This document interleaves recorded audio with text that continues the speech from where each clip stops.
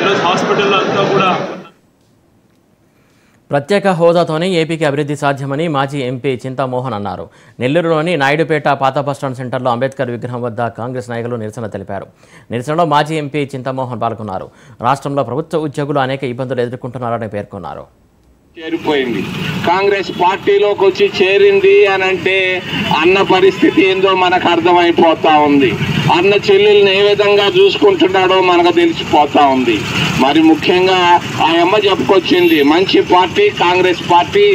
ఈ పార్టీలో నేను రాహుల్ గాంధీ ప్రధానమంత్రి అయ్యేంత వరకు ఒక్క నిమిషం కూడా నిద్రపోకుండా పనిచేస్తానని చెప్పింది మరి షర్మిలమ్మ. మరి షర్మిలమ్మను మేమందరం ఆహ్వానిస్తున్నాం.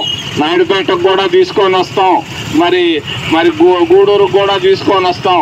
ఆ అమ్మ చేత కూడా మీటింగులు పెట్టిస్తాం.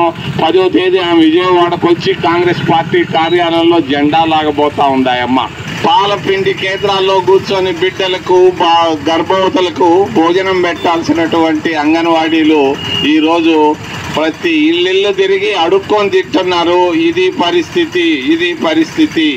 మరి అంతేకాదు మున్సిపాలిటీలో చెత్త ఇది చూడు ఎట్టద్దో అసహ్యంగా ఉంది. మున్సిపాలిటీలో కార్మికులు చెత్త ఎత్తేయటం లేదు.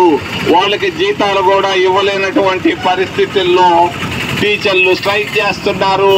మరి సెక్రటరీలు కూడా గ్రామ సచివాలయాల్లో పనిచేసే సెక్రటరీలు పనిచేస్తున్నారు. సర్వశిక్ష అభియాన్లో పనిచేసే వాళ్ళు ప్రతి ఒక్కరూ ఈరోజు స్ట్రైక్ చేసుకుంటూ పోతున్నారు.